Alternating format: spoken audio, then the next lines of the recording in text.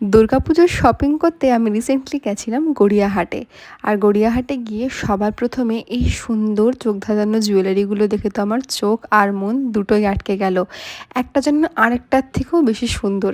এ বলে আমায় দেখ, ও বলে আমায় দেখ। স্পেশালি এই জাঙ্ক জুয়েলারিগুলো, ওখানে তো আমরা সমস্ত ধরনের জুয়েলারি পেয়ে যাবে। নানা ধরনের জুয়েলারি ছাড়াও ওখানে ছিল খুব সুন্দর সুন্দর কুর্তির কালেকশান দুর্গাপুজোয় পরার জন্য।